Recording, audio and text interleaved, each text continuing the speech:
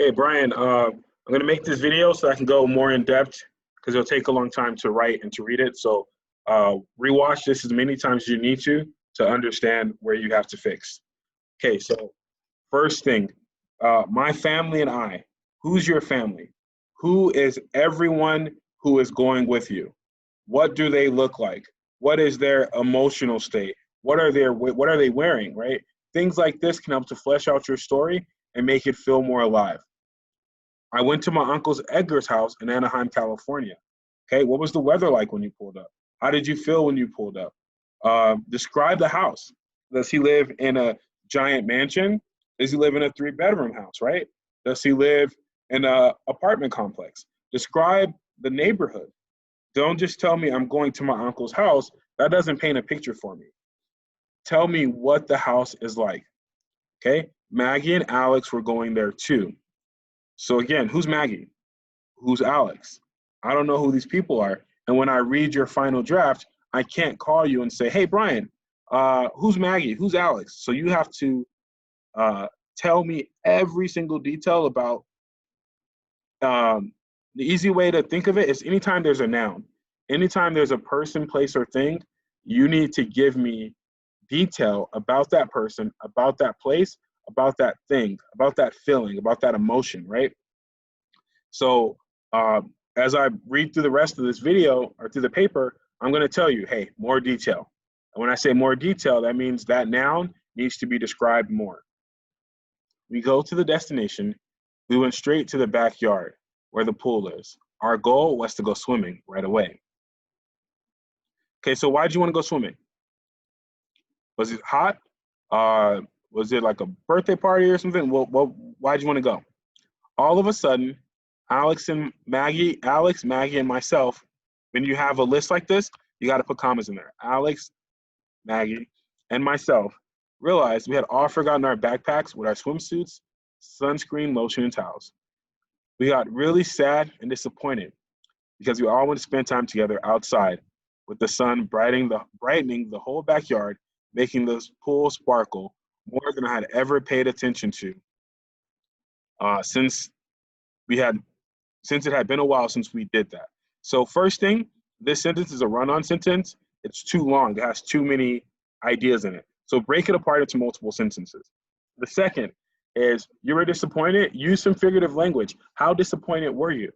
Maybe over-exaggerate by using hyperbole.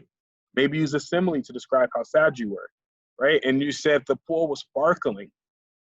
Give me some figurative language to describe how it sparkled. Maybe personification. Give it a human-like quality to really bring it to life. I do like that you added conflict. You guys wanted to go swimming, but you can't because you forgot your stuff. So that initiates the conflict of the story, which is nice. Okay. As a consequence of forgetting our stuff, we were not able to get in the pool. But then my cousins and I quickly realized we have amazing parents and understanding. So we asked they could take us to the store to buy the stuff we had forgotten. Okay, this is good. Only thing I would say is that after you write it, say it out loud. Read it out loud and say each word as you have written down because some of the word choice is a little off and some of the grammar is a little off. But when you read it out loud, your ear will be able to tell you if that sounds natural or not. They nicely said yes and laughed because they thought it was funny, and it really was. So again, right, that's an okay sentence, but if you use some figurative language, it could be even better. So for example, they nicely said yes. My mother, who was as nice as a saint, agreed to take us to the store. So that's still telling you that, hey, you can't use that, by the way. You got to come with your own. But it's telling you, like, hey, my mom's really nice, but it's describing her in a way that's a bit more entertaining than just saying she's nice. We felt great at the end and happy that we were going to be able to do what we like most doing together, playing in the pool like we used to. This is the best day ever for me because I got to spend time with my cousins, whom I missed very much. So this ending is good. You resolved, you wanted to go to the store, So you resolve the conflict, you come back to the pool, and you guys have a great day. So overall, it's good. For me, the most important thing is adding in that detail.